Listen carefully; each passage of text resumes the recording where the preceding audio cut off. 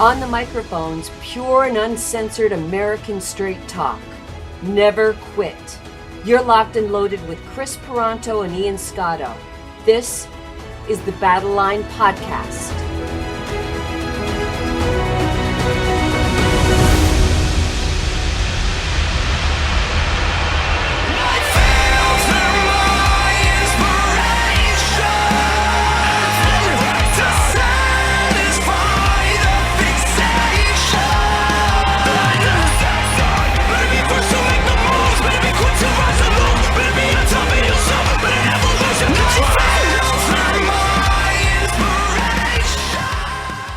Battleline Podcast, episode 9, almost in the double digits. If you're a Howard Stern fan, episode 9. As if I don't know if you get the reference. I do. Because they always have that Gary Delabate tape where he says 9 with like the Long Island accent. Hello. I always think of that. Howard Stern was the only thing back in the day, man. He's classic. I don't give people like him or not. Fart Man, remember Fart Man? Oh yeah, MTV? Of course. Oh, come on. I mean, Howard is the standard. When I had Rob O'Neill on, who I'm sure will be on here at some point, he talked about the same thing. He's like, it was surreal to be in that studio with Howard Stern because he's like, that's what I listened to. I think he said during Buds or prior to that, like that's what got him amped up and got him through stuff. So it is surreal sometimes, like, and I'm sure for you too, meeting some of the people. Yeah, meeting Michael Bay, you know. It's not I say surreal. It's just but I'm such a guy that treats everybody and looks at everybody as just being a person. But it is cool being and seeing what they do for a living and saying, man, I used to watch his movies. Not being, hey, you're Michael Bay, you're the godsend of everything. It's just, hey, look at this. Look at his job. Look what he does. This is awesome. This is the stuff that I used to watch. And relaying it back to things as you did growing up, watching movies. Armageddon, one of the best movies ever made. The Rock. The Rock was the standard for military movies back in the day for tactics. Where actually guys look tactically sound. Now, comparison nowadays, it's not, but back then that was a standard. The Rock's still one of the best movies ever made. And being around Michael Bay that made The Rock and watching Bad Boys, it was cool. And then just seeing that, you know what, he's exactly how I thought he would be. He's a freaking drill sergeant. He just get on the actors.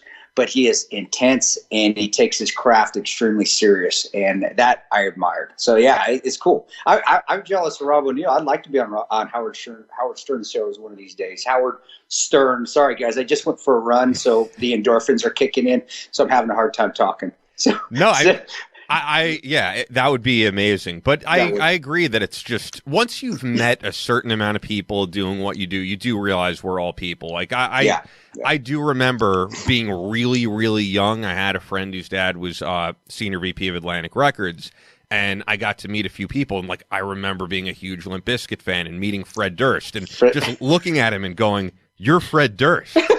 And he was like, yeah, I am. Or, when I worked my first job in radio was with Dee Snider. And it's like, holy shit, I'm in a room with Dee Snider right now. And at a certain point, you do get used to it and you realize, man, these are just regular people who get to do really remarkable things. I think the last time I was actually enamored by meeting somebody was when my dad coached at Brigham Young University.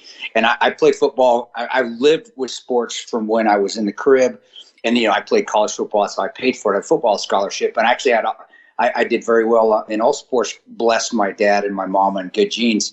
But, being around athletes was big for me. And Brigham Young at the time, they were national champions when my dad was coaching there with Coach Lavelle Edwards. And for those that know football circles, know that Lavelle Edwards, Paul Bear Bryant, I mean, that's like those guys, they don't make coaches like that anymore. Those are the coaches that coaches still strive to be like. And the first time I met Jim McMahon, that was where I was like, wow. And I think I was in 5th grade, but just being around football, and football was my life, and that's what we lived, eat, slept, and drank. And I played football and sports. Meeting Jim McMahon in 6th grade, and even when he was at Brigham Young, being that Catholic boy at Brigham Young, he still had the glasses, the Terminator glasses. He still had that swagger about him. To me, that was the first time and the last time that I really was enamored by meeting somebody. But I was awesome. I grew up being able to have Steve Young, having turkey dinner at your house for Thanksgiving. I didn't know who Steve Young was at the time because he was the backup. For those that know football, you know who Steve Young is. Super Bowl quarterback for the San Francisco 49ers. He was also a Heisman Trophy winner. No, he didn't win the Heisman. I think he was runner-up to Herschel Walker. But he came over the house when he was the backup quarterback because he couldn't get back to, I think it was Vermont or Connecticut is where he lived for Thanksgiving dinner. And just going outside and playing catch with Steve Young. I didn't know who he was. I was a Jim McMahon fan. So it's just I've been very blessed to be around people like that. And that was a good positive influence, is being around those guys growing up. That kind of mindset where it really, I think that's where the never quit mindset and the work hard mindset and you'll succeed really dug in. It wasn't the military. It was actually growing up around my father and growing up at Brigham Young University campus and watching them be national champions when nobody gave them a chance in hell to be that. I think that's where things really started to set in for me. But I'm reminiscing, dude. I'm actually smiling right now thinking about that. Yeah, I mean, awesome. I think when you're a young kid, it's a whole different ballpark in terms of these people are larger than life. So that's why when they get to meet kids who idolize them, I mean, I don't like to use the word idolize because it's, they're not idols, they're just people. But when you get to meet young kids who look up to you, it's important to, give them a good impression. But with that, I do want to make sure we hit on something that you've talked about on Facebook. It is safe to say this has been a pretty crazy news week. I know people want to hear your reaction to this major news of the embassy attack in Baghdad, the killing of Iranian Major General in the Islamic Revolutionary Guard Corps, Qasem Soleimani, hopefully I'm saying it right, and the ramping up of troops being sent to the Middle East. And it seems like you have a little bit of a different take than your teammate Tig, who I know is on Fox News and is very, praising Trump for the move that he made. And I know you have a little bit of a different take than that. We do. We agree on one thing. That Benghazi and Baghdad are completely different. That those two should not be compared. And that angered me a bit. And the reason being is because all of a sudden, we're invoking Benghazi and praising Trump by invoking Benghazi. No, you don't. It was completely different. Two different instances, two different types of, and I don't even want to call it attacks because the Baghdad embassy was not attacked. There were rioters that overran it. And the rioters overran, if I'm correct, and I'm pretty sure I am. I've tried to do my due diligence on it. And I worked in Baghdad. I worked at the embassy as well when I was with the State Department. Yes, folks, I did have a career before Benghazi. So I did work with the State Department protecting ambassadors there in Baghdad. To get into the green zone, and I think now it's 3 separate secure checkpoints. When I say secure checkpoint, I mean these are hardcore checkpoints, barriers, and things like that with guards, with armed guards. Unlike Benghazi, Benghazi didn't have any of that. The rioters, without weapons, managed to breach 3 different checkpoints and still get onto the compound. To me, that's not a success at all. If those riots, and it was during the daytime as well, and if there had been weapons involved with these rioters, again, it wasn't a coordinated attack, which Benghazi was. If there had been a coordinated attack or there had been even a semblance of weapons within those rioters, there would have been deaths at the embassy on both sides. There would have been a lot of deaths. So when people invoke, say, look, and then I got the meme today from Turning Point America, the PACs now jumping on the bandwagon, invoking Benghazi to try to pump up, look how great President Trump is. No, bullshit. No, it completely different. No, 13 minutes, I'm sure it took longer than 13 minutes to get the QRF out there. But the initial point, the initial beginning of it, you can't compare the two because of the time frame, because of the lack of weapons in Baghdad, because they still got on the compound without weapons, because they were rioters in Baghdad. They were attackers in Benghazi. The response, good on President Trump. I've never said that. And I think President Trump's doing a good job overall. I wish he'd shut up and stop tweeting all the time and just stop talking. I mean, I think now since Clinton on, I think a president is better not seen or heard, to be honest with you. Just do your job. Yeah. But, and I said that. I said, yeah, there was a response. But to continue to say, oh, yeah, Clinton didn't give a response. Obama didn't give a response. Trump did. Yeah, guys, I know. I was there. I remember not getting any help in Benghazi. You don't need to send me memes reminding me of that. But to compare the two separate incidences and then trying to invoke Benghazi again for political gain, No, I've already been through that. I helped with that. I would admit it right now. I'll say yes. Benghazi was used to help Trump get elected. If he admits that or doesn't admit that, regardless, I don't care. It's the truth. If you want me to high five you for Benghazi and Baghdad or anything like that, you want me to high five you, Trump? You did your job in Baghdad. That's good. I'm not going to give you a high five for that. That's your job as a commander in chief. You got the response and did it by the playbook. That's good. Good job. You want me to high five you about Benghazi? Get those fallen comrades in mind, Bub, Roan, Sean, and Ambo Stevens, the Presidential Meritorious Service Award. Get them the highest award in civilian service. Get our clearances back. Whether I use it or not, how about you get those clearances back? You could have. Mike Pompeo, who's the Secretary of State, was a former director of the CIA briefly, could have been unsuspended. Ask Mike Pompeo, the Secretary of State now, why he sided with Bob's version of events when he became the director of the CIA. How do I know that? I got contacts too, guys. I got contacts within the Special Forces community that work in SAD and the GRS still. I know what's going on there as well. Okay? So it's okay to pat. It's not a pat on the back. It's okay to say, good job, President, if you want to, folks. I'm not going to say that because he did his job. Any guy that's been at the 75th Ranger Regiment, exceeding the standard is the standard. Didn't exceed the standard here. He did his job. What I will agree with too on another end, though, is I will say this with the past administration. People said, well, at least he did something, where Obama and Hillary did nothing. Yeah, again, I know. I was there. I realized that. But to say, you know what, he did his job and Obama didn't, I really don't know how that can be appraised as well and tie that back to Benghazi. I just don't. I don't see it, man. And I know I'm starting to ramble a little bit because I'm starting to get a little angry. But again, with the Obama and Hillary not doing anything, neither of them has been brought to any sort of justice, that old administration or Hillary Clinton, by this current administration as well. So until you're willing to do that and show me, yes, we are going to go ahead and try the people and held them responsible for leaving you behind. When you're doing that, then we can tie, and I can say, okay, Trump, I got you now. Now you're right. I'm gonna help you out here. I got your back here with this because you're actually bringing people to justice that left us behind. But until then, I just wish people would stop trying to compare the two instances that were completely the same. And you know what? It's okay to like your president. It's okay to say, I do. I think Trump's doing a good job again.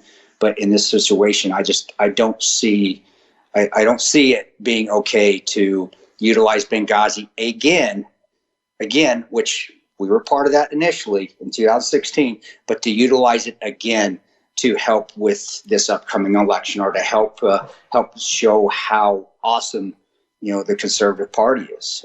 And I am conservative, guys. I am. I'm registered that way. I'm a registered Republican. It every time I see it does anger me though. And I try to be nice to people about it.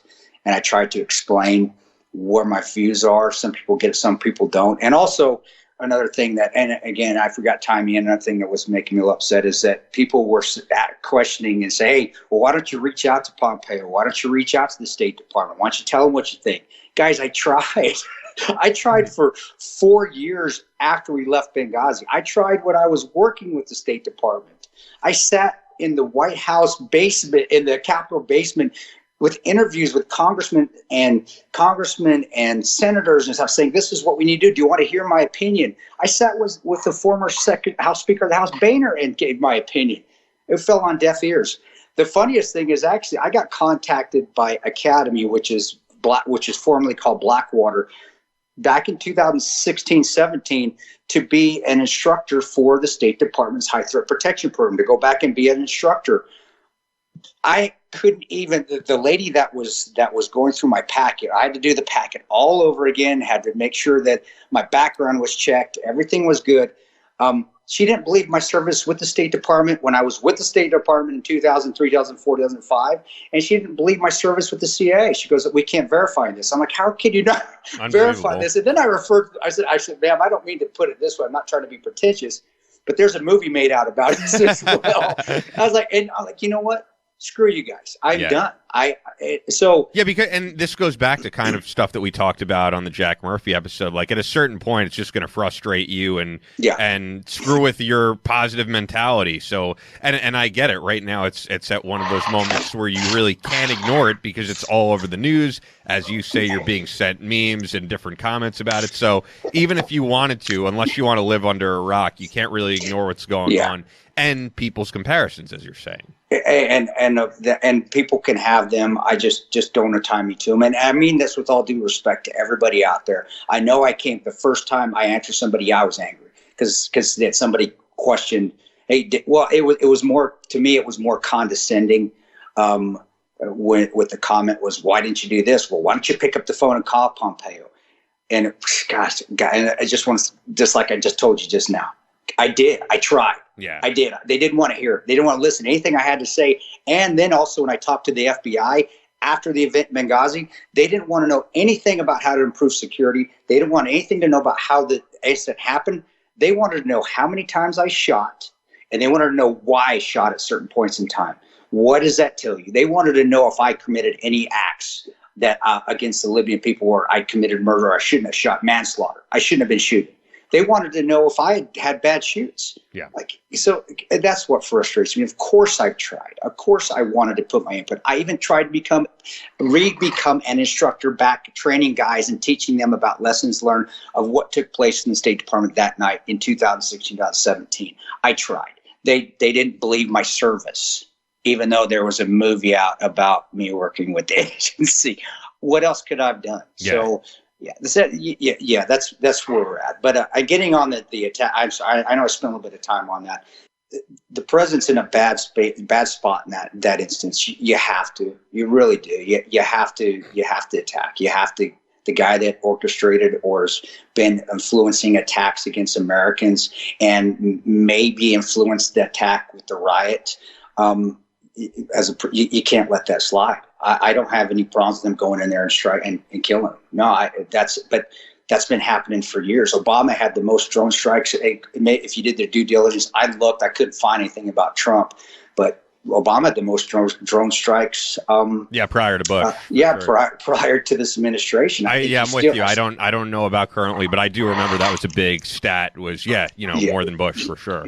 Yeah. So is what I agree with. Yeah, I do. That's you have eye for an eye. Yeah, I wish we didn't live in a world where it wasn't an eye for an eye, but you kind of have to. But if you're going to, just like the strikes that started the riots, if you're going to, you better have your facilities prepared for the upcoming retribution, because it will come. Wherever there's an action, there's an opposite reaction. Yeah. And that was where Baghdad, again, where that failed. I said, well, yeah, if you want to compare it to Obama and Hillary, that part did fail because they didn't prepare that and for that riot when they just assumed nothing was going to happen. And maybe I'm wrong. Maybe the intel community had information, because I did understand that the head ambassador there in Iraq had actually been evacuated out before the riot started. On the guys on the ground side, though, I got nothing but hats off for them. I know the GRS guys there at the embassy were ready to go. I know the SAD guys were ready to go. I know we saw that tweet, but I guarantee you they had a plan of action, and it wasn't a plan of action set by the president. It was already, they had some standards, operating procedures, SOPs set in place. And I know they were ready to defend that compound. So, like I said, if the rioters hadn't been rioters and actually had been a coordinated attack before the QRF, which President Trump did a good job. I'm going to say it again, so y'all hear me out there, because I know you like to clickbait my stuff. President Trump did a good job going by the book, which is what he's supposed to as commander-in-chief, and getting that QRF force in the air to him, or getting them at least getting them mobilized. And then I do believe they were on the air to him. And now there's a buildup. That is a standard reaction, and I believe it. You still have to do that. You can't sit back and just let things play out. Yeah. But when I say there was going to be deaths, I mean there would have been a lot of deaths, because the agency guys that were there, the 25th ID that were already on site, the Marines, because I know there's a Marine contingent there at the embassy, they would have killed a lot of the attackers as well. It would have been a bloodbath. Yeah. So, and to me, that's not a victory. I don't think that's a victory at all. I don't know but the attack, the response is blowing up the general. Yeah, I don't have a problem with that. It sucks, and there's going to be another attack somewhere on American interests, and they'll utilize terrorists, they'll utilize civilian populace, because they can't go at us head to head military wise. But as a president, if you let that go, then was it Steve said, and I agree with him, when you're in those countries, if you show any sign of weakness, they'll eat you up, and then but the thing I don't agree with though is I think Fox tried to tie this general into being the mastermind of the Benghazi attacks, and I just rolled my eyes like, oh, here we go. No, I thought Qatala was the mastermind. See, they're still trying to tie Benghazi into Baghdad with some aspect of it. I don't believe that for a second. That this guy masterminded the Benghazi attacks or was even part of it. But no, the response, you got to go hit him. I agree with Tig on that, and that's from a guy on the ground point of view. If he attacked Americans, he's been killing Americans. He may have had a hand in this Baghdad thing. But bottom line was he killed Americans before anyway. So, and he's ahead, you got to get him, but you better be ready for the reaction, because there's going to be a reaction. Time will tell what that will be, brother. Maybe we'll be talking about it again at another show. Yep. For the record, by the way, when you said, people like to use what you say for clickbait, I encourage anyone to clickbait us if it means getting us more listens, building up the audience. I'm all for it. So, but be ready. What I always tell people, if you clickbait or you give a comment in our section, I'm going to give you a response. You may not like that. What's funny? That's the difference between you and I. If someone writes a giant paragraph, I'm just like, yeah. I'm not reading this. You always do, and I can tell it sometimes gets you fired up. I just am like, I'm not reading all this, and it's no disrespect. Anyone who listens to the show, I truly appreciate. But like, if it's just one of those things, if I sat around reading every 5-paragraph comment, I wouldn't get shit done with my day. So I'm like, I'm not reading all of this. I'll jump in if it's something personal that personally applies, like, hey, why didn't you talk to the State Department? Or hey, what do you know about security what do you know about protective security measures overseas? Yeah, I'm going to respond because, come on, idiot, really? Sure. I just don't want it to get to you, because I do remember your history on Twitter.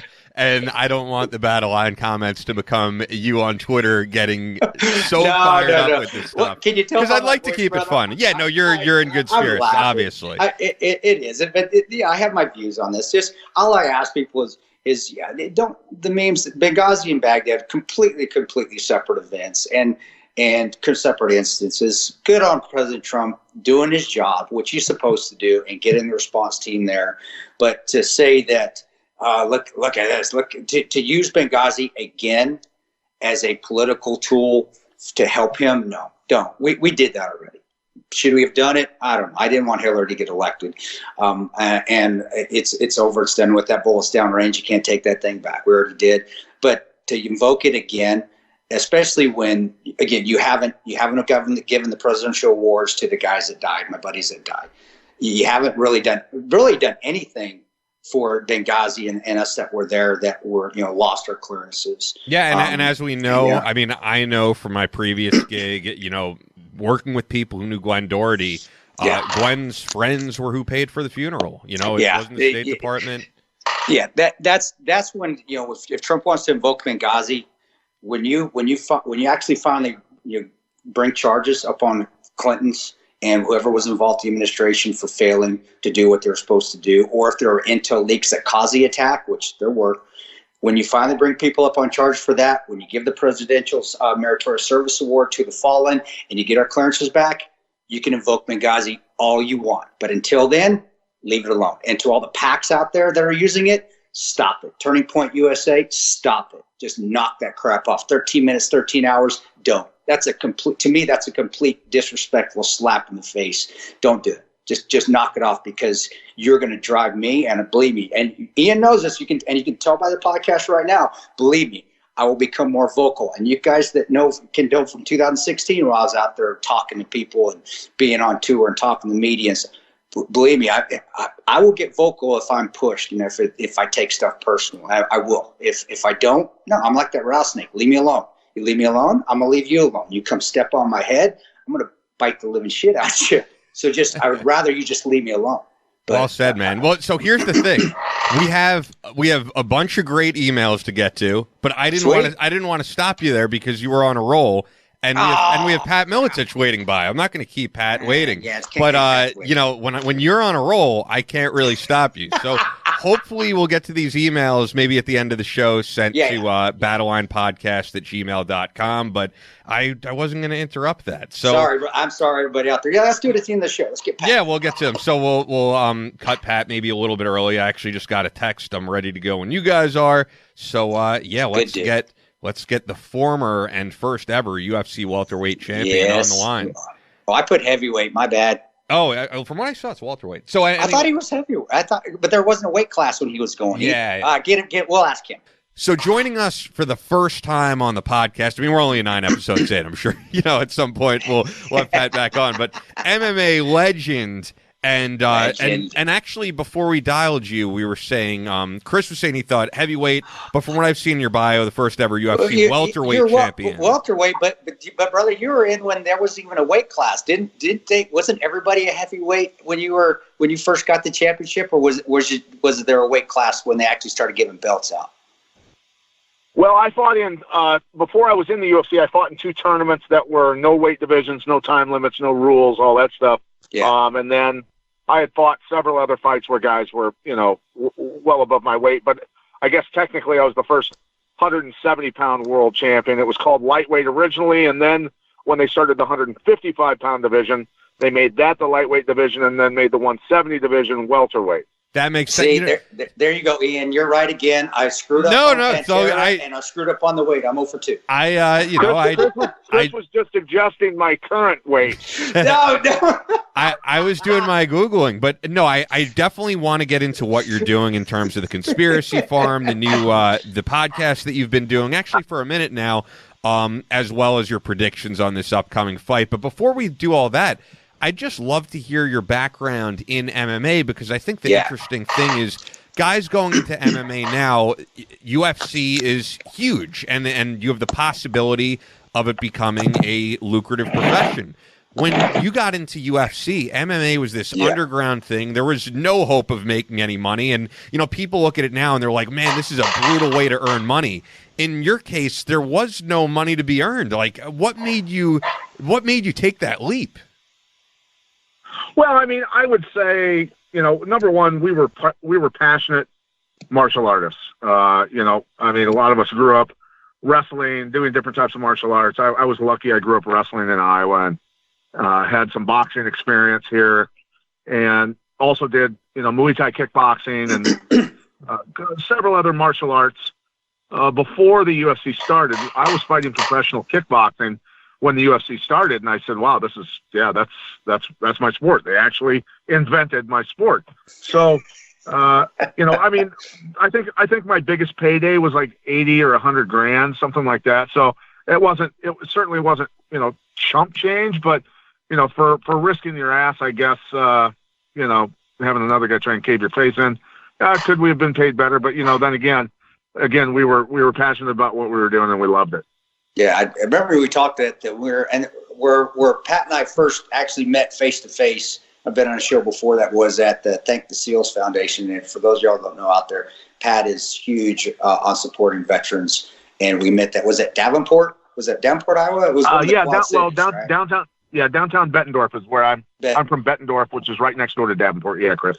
Beautiful. But I remember we talked about that. I just remember when I met, just the first time that I met you there, but I remember watching on TV when there was nothing. I mean, you're just fighting guys that are just twice your size. It was unbelievable. And I know you said your neck is paid for it as well. And I remember just looking at it and just going, man, this dude. See, that's something where I look at. I'm like, man, this dude's a badass, dude. I'm a badass. I even told you I'm a badass compared to you, dude. You did some fantastic things, and and just being there and doing the UFC fighting and fighting guys that were just unbelievably bigger than you, and winning, to me, it speaks just speaks volumes about the mindset. And that's something I give to people too, is this mindset. Tell them about that, because we do stay positive on the show and talk about overcoming adversity and how the mind can handle it and overcome even huge obstacles, like another person that's twice your size. Yeah, no, I think, to be honest with you, Chris, I think I was cursed and gifted to a certain extent, with some circumstances. You know, my dad left when I was 8. Yeah. And left my mom to take care of us. And, you know, my brothers all beat the living hell out of me. They were all big, 6'4", 6'5" guys, and stuff like that. But, you know, it was, you know, I mean, one gift my dad did give me before he left, I got in trouble for something that I didn't do, and he was going to beat me with the belt. I was 7 years old, and I was bound and determined, because every time he beat us with a belt, you know, we were wailing like, you know, like we were dying, which, I mean, he was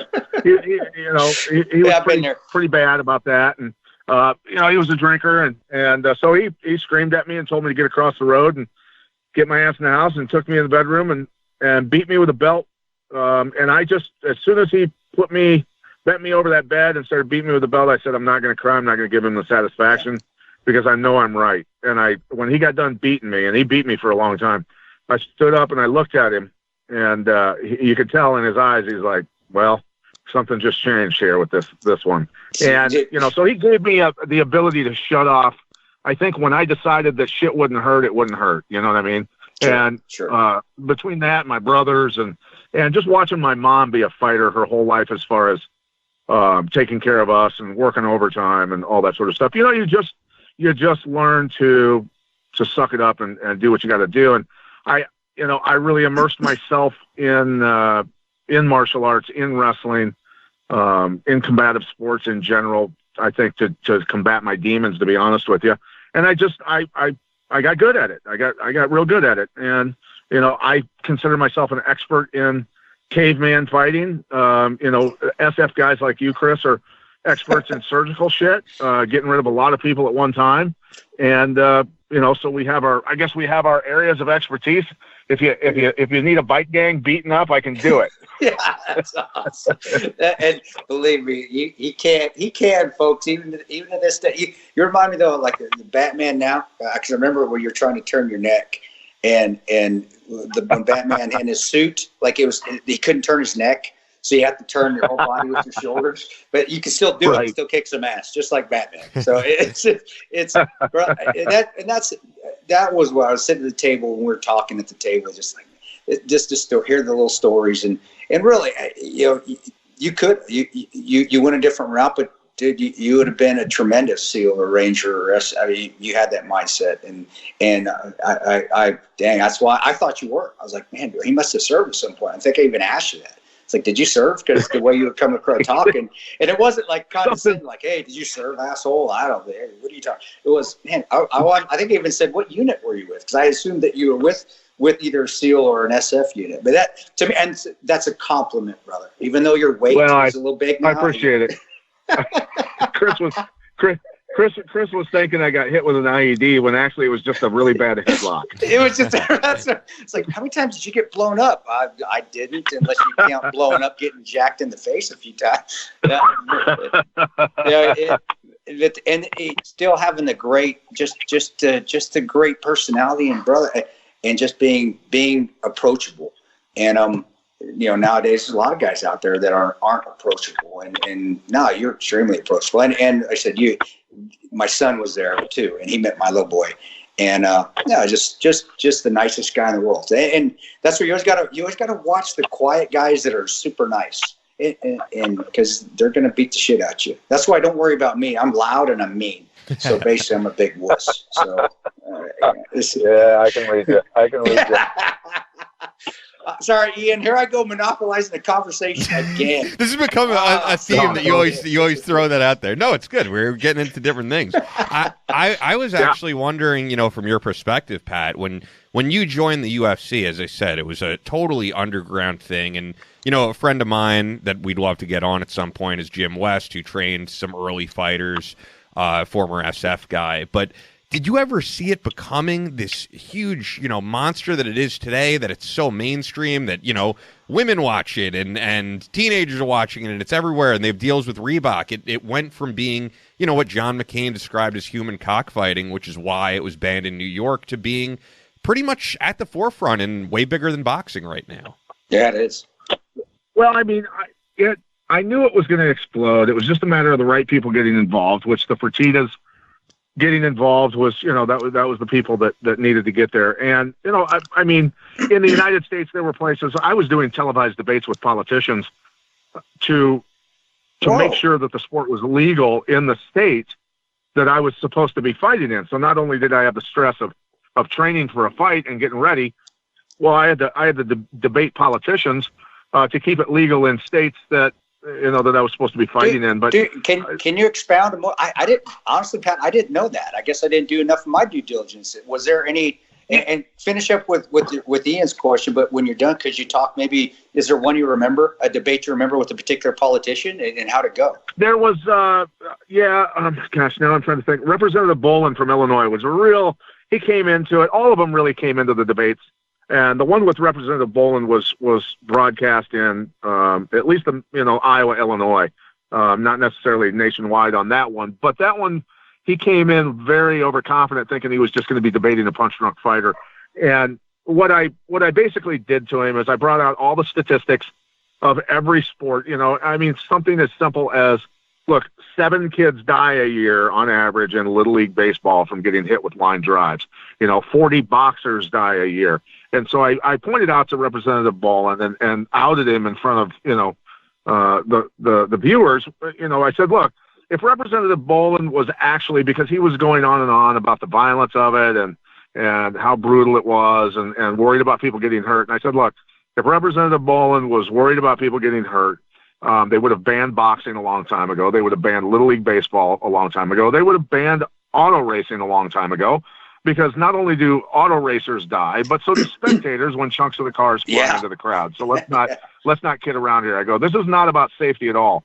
Representative Boland and his people are angry that they're not getting a piece of the money. Yeah. That's all it is.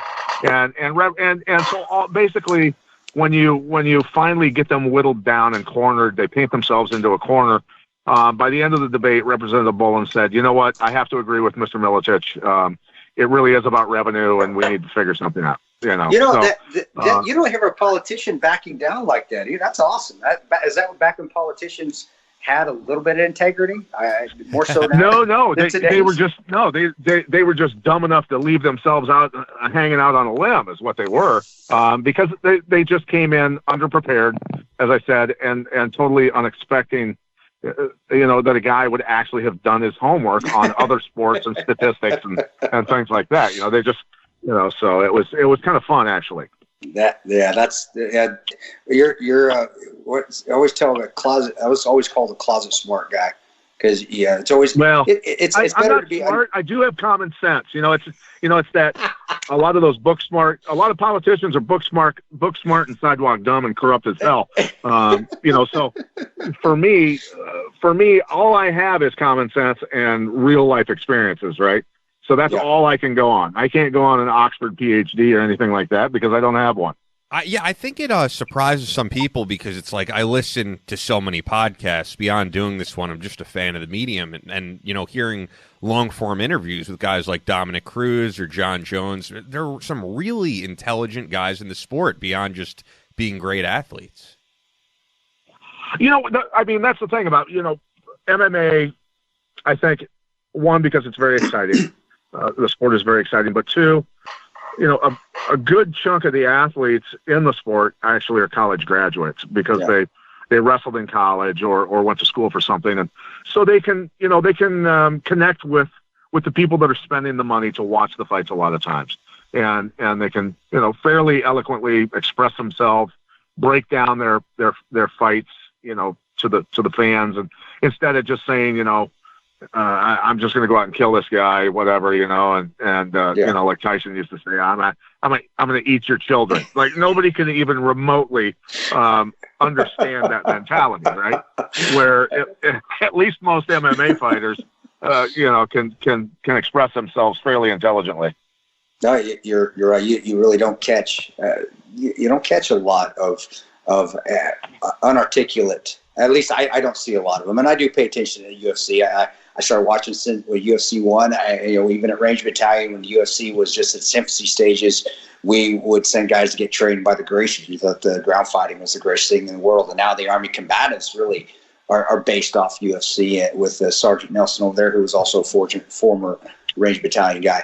So, but you do, very, very articulate, very, very well spoken, and it's amazing. It's amazing that the majority of the guys out there that with the education that could actually do something, probably not as hard on their body, and do something to make a living, but they still choose to do it. I like the UFC. I really do think that even though there's a ton of money there, that the majority of the athletes in it are doing it because they are passionate, like you were, about the sport. They're not doing it because they need big contracts. But again, maybe I'm wrong. I haven't watched it this year. Maybe I'm missing somebody. But the majority of them do. Well, you know how. Yeah, I mean, Chris, the closest thing we could possibly get to what you've been through is climbing into a cage in front of 14,000 people. And trying to beat the living shit out of each other, or jumping out of a plane, or something similar, right? We can't do what you did, but that adrenaline, that need for adrenaline, the need for excitement, the need for that fix, and that heart, the way some people are just hardwired to do that stuff. It's very addicting. It's very addicting, and so it's tough. It is tough to walk away from for a lot of guys. And, I think that's why former fighters, former military, we all have a little bit of an issue after we leave all that stuff, the camaraderie, the teamwork, the intensity, all that stuff. When you go back to a normal life, man, life can be really mundane post career of intensity. Yeah, no, I completely agree with you, brother. I do. I completely agree with you. So that's with the with the adrenaline. You do. I try to tell guys, and I try to tell. I don't know if you go out there and you talk to UFC folks either. But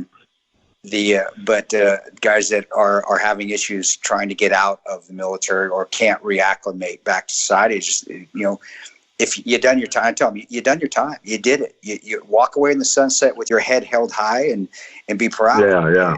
And I know you do that, but that's where just tying it back into the foundation that we were at, that show that we were at, thank the SEALs Foundation that we attended.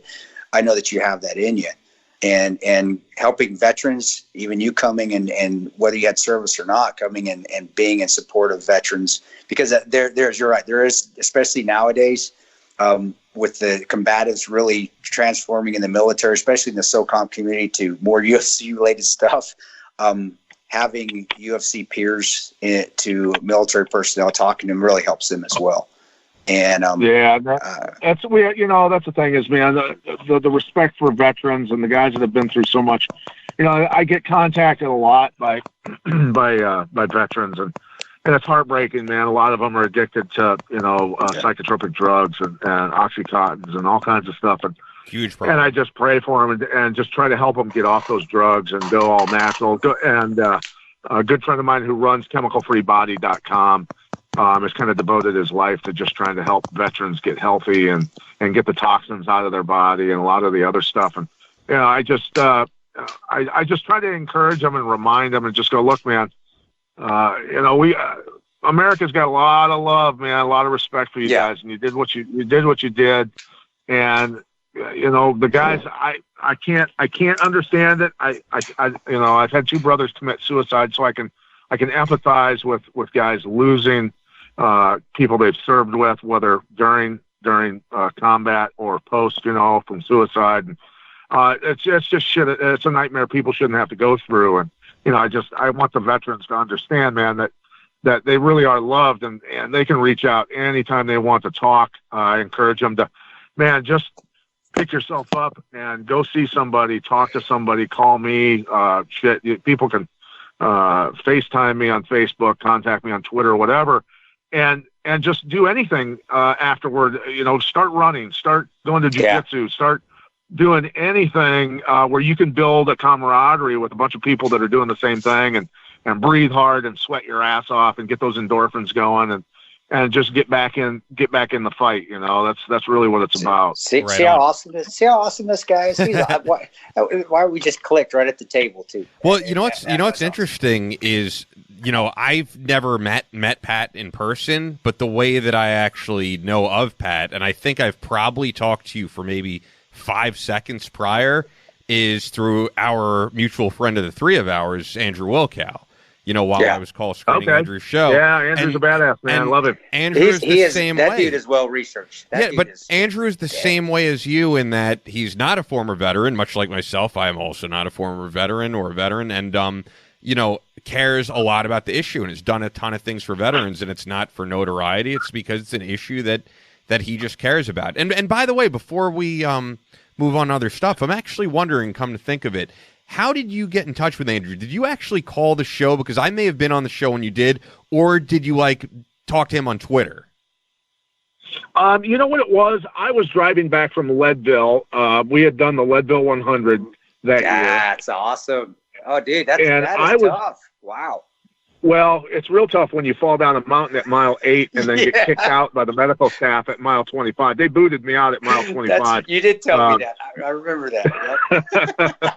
But my 3 of my buddies finished, and then 3 of us did not. 2 of us got hurt, 1 of us got lost, and then 3 of us finished. And but what a great experience it was. But anyway, I was driving back from Colorado, and I was listening to Wilkow's show, and I thought, you know what, I'm going to call in. So I called in and just said, hey, it's Pat, and this is what I want to talk about. Okay, so do you realize that when you said, hey, this is Pat, before you got on the show, that was probably me talking to you?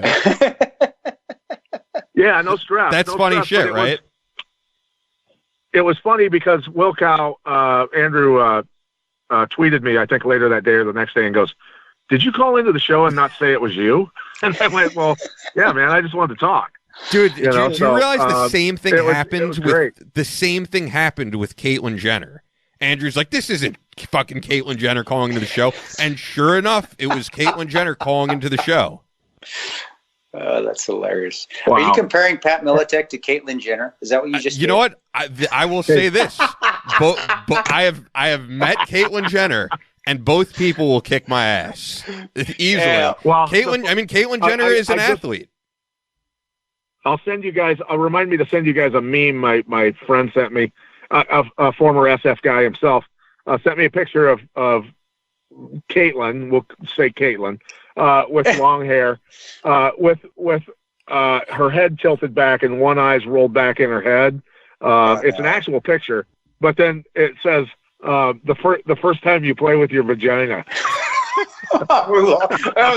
Oh my! Okay, I'm not even touching that one. It's just too. It's too. I'm leaving that one. Well, the picture though, I can hear him flushing in my earpiece. When we met Caitlyn Jenner though, the picture that I have, like Caitlyn Jenner towers above Andrew.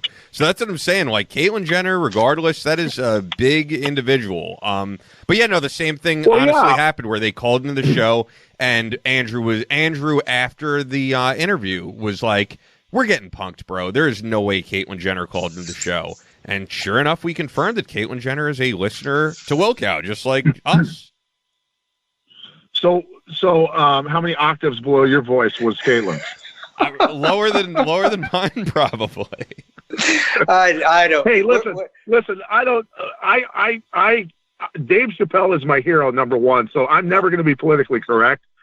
Everyone is open to comedy. You don't have to be. Yeah. Everybody is fair game in my comic book. I don't even care. Yeah, I agree. Yeah, I just whenever somebody makes me a meme or sends me something funny about women graduating Ranger School, I just send them a meme about Caitlyn Jenner. Usually for my SEAL buddies too. Hey, so it's we all have fun. All those military guys poke fun of each other. So everybody out there know. It's just what we do. And hey, if you're right, everybody should be fair game nowadays, since everybody has all their own genders and everybody has their own views, and we're always celebrating everything. Well, we can all make fun of each other. And believe people make fun of me too, quite a bit. Hey, anybody that has a sunglass commercial like I do, I set myself up for that one. I just basically lobbed everybody a pitch. Here you go. Hit a home run with it. Hit a home run with this commercial. But I had so much fun doing it, and I don't care because it's good. But what people bothers me is when I razz them back. It's like, wait a second, you're not supposed to be doing that. You're a public figure. You're not supposed to be, and whatever public figure bullshit. You're supposed to be, you're supposed to be liking this. You're supposed to not be able to say something back to me. Well, jackass, I'm going to. You're going to say something smart. You got to get it back at you. But it's all in fun. It's all in fun. That's why. See, I just made fun of Pat today about him not being able to move his neck. That's a serious issue, Batman. Batman with the old costume on, and I can laugh. I can laugh about it. And then he just tell me about my size. Yeah, Tano, but you're like 5'8", 170, so I'm 160, so I can step on you. So we're okay. Yeah. Ian's just being quiet. Shut up, Ian. You're talking too much. No, I do want to definitely get into Pat's podcast, which she's been doing a while because when I was still working on Wilcow is when you launched it, I remember. But before we do, I would love to hear your thoughts on the upcoming Conor McGregor versus Donald Cowboy Cerrone fight, because that's coming up just right around the corner, January 18th, UFC 246. I mean, this is Conor's big comeback. What do you think? Well, look, I've always been a very big Cowboy Cerrone fan. He's old school mentality, a guy that will fight for the company whenever they tell him. He'll fight whoever they tell him. Has beaten an awful lot of very, very big names. And the only time I rooted against Cerrone was when he fought a guy that I trained since he was, 15 years old, Rob Lawler. I really do. I truly respect Cerrone, and I hope he wins that fight. I think if he comes in healthy and hitting on all cylinders, I don't think McGregor has a chance. McGregor's a guy who, if he can get the ball rolling on you, he'll get very cocky and he feeds off of that. But if you put some heat on him, he will melt. He will absolutely come apart at the seams and melt. And so I think Cerrone's capable of doing that to him. So if I was a betting man, I would be betting money on Cerrone. That's good assessment. I'm not going to argue with anything that you say with that, Pat. You're the expert there. That's the beautiful thing about MMA, though. There's so many ways to win and lose. Honestly, there's so many upsets so often that I don't even know how people bet on the damn sport, to be honest with you. Yeah, and with both those guys fighting Cerrone and McGregor, you're right. You have two completely conflicting styles, conflicting personalities, but they're both. And McGregor, he talks a lot of shit. He's out there, but he normally can back it up. But yeah, you're right. He does. I've seen the last few anyway. But do you think that ties into maybe he is buying and he's taking the outside persona into the ring too much now, where the wheels fall off because he's not focused, or is it just? And I'm just asking because I'm not an expert UFC. I just like watching.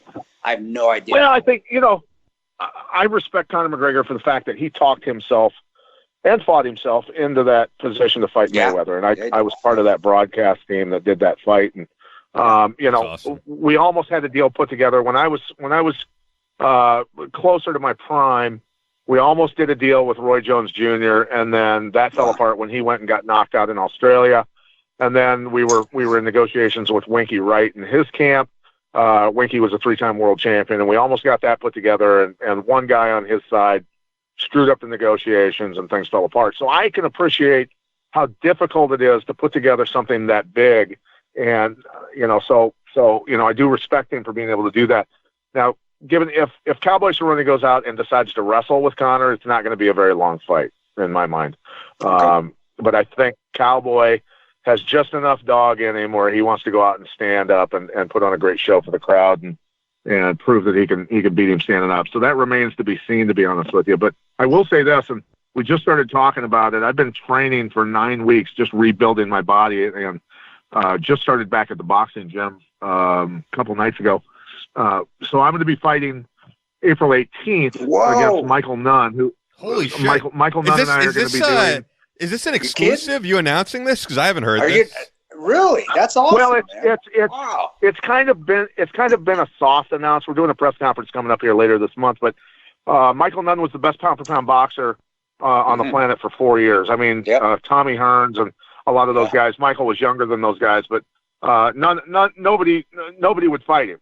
Nobody wanted to fight him. He was destroying everyone. He won the I think it was welterweight, super welterweight, or middleweight, super middleweight, and then light heavy world titles, and then got in a little bit of trouble, retired from the sport.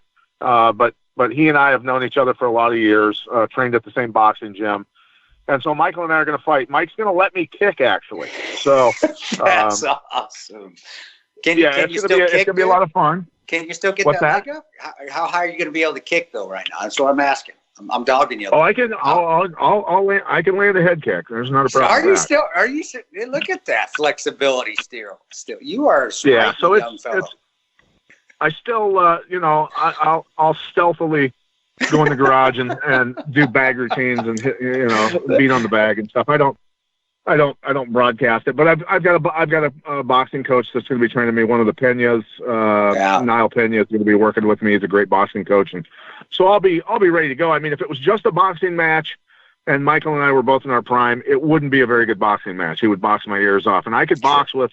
I could hang with a lot of very, very good high level pros in just boxing, but not with a Michael Nunn. But with the kicks involved, and if it was mixed martial arts, it would be a minute-long fight because I'd just take him down and submit him. But because of the kicks, it has that question mark to the fight, and both of us respect each other a great deal. He's got the hands to put anybody away at any time, and he knows that my kicks can hurt him pretty bad. So.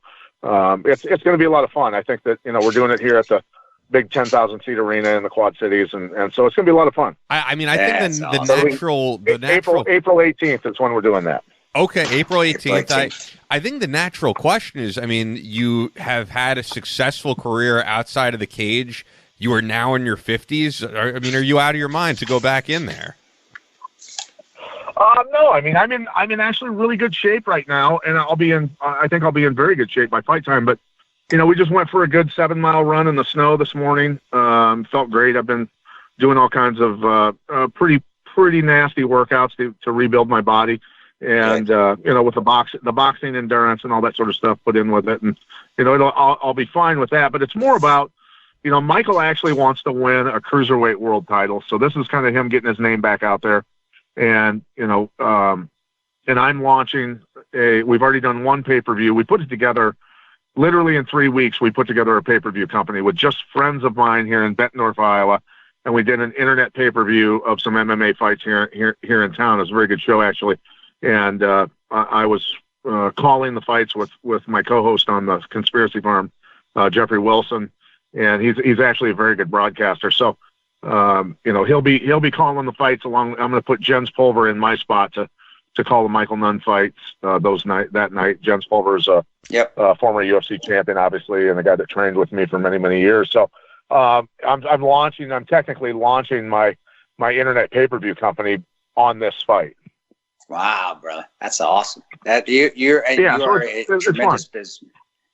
You keep moving on. You keep just rolling and keep doing and dipping into things and being successful. That's incredible. I'm proud of you, man. I appreciate it. I was when I've lost 3 broadcasting jobs due to buyouts, right? So the Showtime Strikeforce deal. When I was broadcasting for Showtime, the UFC bought Strikeforce, and that went under. ESPN went away, and then Access TV that I worked for 8 years also. That all went away when Anthem Networks bought them and put some other organization on there. And so I was basically, I licked my wounds for a little bit and said, I'm tired of the suits making decisions and me losing my job. And there was a lot of really good people that lost their jobs off of that crew and that network. And so it pissed me off, to be honest with you. So I said, you know what? I'm going to prove that we can just off the seat of our pants.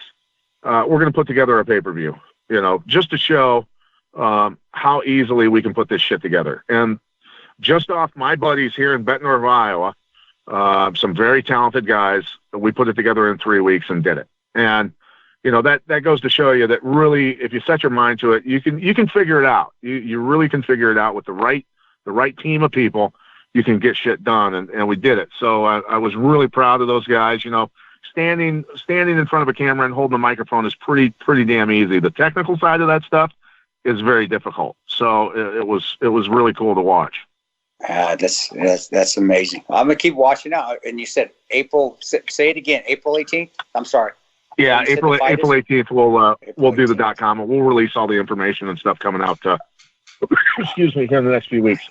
Awesome, man. Congratulations, brother. No, and I mean that with all seriousness. Congratulations, bro. I appreciate it. You know, I think it's for the launch of the company, it'll be worth getting punched in the face a little bit. Well said, man. Well, hey, you mentioned your co-host Jeffrey Wilson, the co-host of the Conspiracy Farm. So, if you want to let us know a little bit about it, I know you're a conspiracy guy. I know you're also openly, you know, conservative.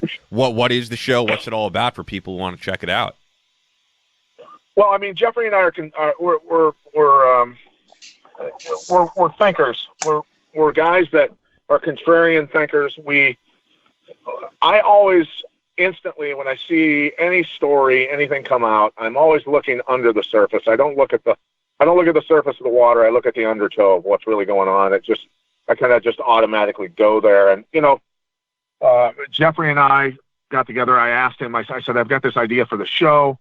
And he was already doing his own podcast, and I told him the name and the concept, and he said, absolutely, I love it. So, you know, we are, as Jeffrey puts it, equal opportunity roasters. We don't care if you're a Democrat or Republican, independent. We do not care who you are. If you're doing things that are against what we believe are the benefit of this country, we're going to expose you. And we've had some, you know, some rough times before. We've had, you know, like right now, my Skype all of a sudden won't work. At the same time, our Facebook links won't work when we want to do a show, a Facebook Live. We can't do that. So we've been shut down in numerous ways. And I was just at Best Buy having the Geek Squad look at my laptop to get things figured out on it. And we're going to have to download some other stuff to be able to continue recording. And it's kind of funny, but I've had former and current CIA contractors send me, it's hilarious and not hilarious at the same time, send me little Velcro kidnap escape kits, and I'm sure Chris knows what I'm talking about, with a handcuff key in it. Yeah. It's got a handcuff key, a lock picking set, and this really cool piece of paracord with a saw in the middle of it, in case I need to saw through some bars or some shit. So but all of these guys that have messaged me and said, hey, you got something coming in the mail, you're over the target, you need to start being a little bit cautious, you know. So we know that we're doing the right thing. We're doing the right thing, and we know that we're right, and the vast majority of the time. And we ask our listeners, listen, if there's something that we say or report on that you don't agree with and don't believe is true, by all means, please go and do your own research. And I hope you prove us wrong. I want you to prove us wrong. And we've had some corrections, but we've not been proven wrong as a whole on a lot of stuff, you know, and just, you know, a lot of and Chris, I'm sure you're just, want to beat your face against a wall when you listen to a lot of the stuff that's going on regarding this Iranian deal and all the stuff leading up to this. And I want you to tell me how you feel. And having Chris on our show we had fun, in my mind, the best. I think it was the best show we've ever had for many reasons, but also because he confirmed from the very beginning 4 years ago when I and Jeffrey were saying, John McCain is facilitating and helping arm ISIS and al-Nusra, and everybody was calling us lunatics and everything else. And then we started getting confirmation. I've sat on the cup of coffee there and Circle stairs. Having you 4 years afterward confirm it, after we had gone through a lot of documents from Silkway Airlines, the cargo, you know, manifests and everything of a lot of small arms and white phosphorus weapons and depleted uranium rounds and all kinds of shit. You know, having Chris on and confirming it, was a very big vindication for us, and it really was important. But, as far as this Iran stuff goes, I've watched this. We can remember back when Obama handed over, released, we'll call it, $150 billion back to the Iranian government. And if anybody thinks that didn't come with marching orders and stipulations, they're crazy. Because, during this, you've seen this escalation from Iranians, supposed Iranians, where, there's an attack on a pipeline. Then there's a mortar attack in the green zone in Baghdad. Then all of a sudden, they're hitting, they're planting explosive devices above the waterline on oil tankers. And then all of a sudden they're taking oil tankers hostage. And then there's a drone attack on a Saudi Arabian refinery that was supposedly an Iranian drone. Look, whether those were or were not true Iranian attacks, those were not just Iranian-born ideas, is what I'm saying. And they are desperately, in my mind, trying to drag Donald Trump into a massive war with Iran, because there's a lot of stuff that can be hidden with a war, and forgotten about with a war, in my mind. And I think there's a lot of false flags going on, and that's just the way that I see this whole thing happening. Chris, maybe I'm wrong, but what do you think? Watching that, and I still think there's time to tell. As I ran behind destabilization, Iran and the Saudis are, to be honest with you, bro. If you want, got to throw them in there as well. Yeah. Are they drawing Trump? Looking back now, are they drawing him in? But they're just being themselves. We allowed Iran to get to where the point they are now, the 8 years prior to Trump, by just turning the other cheek. That's why when Ian, earlier before he came on, Ian said, "Well, should Trump have?" He was just asking me, "Should Trump have hit this Soleimani, the Iranian general, because of what happened in Baghdad?" Well, you kind of put him in a bad spot. He doesn't have a choice. If you don't, it shows weakness. If you do, now we're looking at what you're talking about. Oh, now there's an excuse to try to facilitate, maybe draw us into a World War III. But there's a no-win answer right there.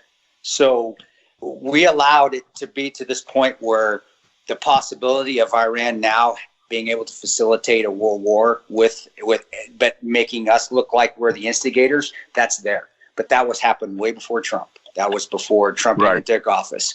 So am I going to agree with you that 100%? I guess I kind of already did, but I still leave that little anklings out there. I still need some more information because, like you said, common sense. Let me see common sense. Let me see more stuff. I got to, but I'm never going to say that if we get into a war with Iran or World War III happens and it's on Trump's watch, I'm not going to say it was President Trump's fault. No, I'm not. He was set up for failure when he took office, but when he took over, because we allowed all this to build up from years and years prior to right now. So, brother, I'm not going to say you're wrong. I'm not going to say I'm going to plead the fifth at the moment and say, let me keep watching, because I can't give you 100. But whenever I do have 100% answer, I'll tell you, just like with McCain. And how do I know the 100% answer with me? Because I'm sitting in Libya, watching him come in for some reason into Libya and working with the militia members. To me, that's able to validate. So, brother, you keep doing what you're doing, but there, Iran's, we put ourselves in the position that we are now, and with killing the general with the drone strike, that's what we do. Obama did a lot of drone strikes too, but could this lead to something bigger? Yeah, it could. Just keep your eyes open, because there's going to be another attack on a U.S. facility or installation or personnel, or maybe even something happening here in the U.S. And then what are we going to do after that? Is it just going to keep escalating? And I don't know. Yeah, that's what worries me. Whether it's a major terrorist attack. Yeah, look, we don't know where the idea and the money came from for said potential terrorist attack. And look, again, I'm a contrarian thinker. I go as extreme as to think that an assassination attempt on President Trump gets blamed on Iran, and that's our excuse to go to war. Whatever. I think that there are certain entities involved in all of this stuff, the geopolitical situation, that are willing to go to any lengths to cover their crimes and also to profit brother, or just to say that they're right. Nothing, just because they're such megalomaniacs, politicians here in the U.S. or whoever that doesn't like Trump or whoever does like both. It's just to say, you know what? Not even any of that's just say, you know what? We were right. We were right. It's World War III. Everybody's going to die, but we were right. That's how people are nowadays. I've seen it just in the last 2 days, even on my feeds, because I didn't agree with comparing Baghdad to Benghazi. It's ridiculous. It's ridiculous. So I would never, again, I can never ever say, did the Obama administration with that money, are they helping facilitate this just to make President Trump look bad to draw us into World War III? God, I hope not. But see, that's the thing. I shouldn't be able to say, God, I hope not. Is there a possibility that that's going on, that happened, or that is still being facilitated? Yes. And that's bad enough by me not being able to 100% say no U.S. person would, no U.S. civilian, no former president, nobody would do that work with Iranians to facilitate more bloodshed to make a president look bad.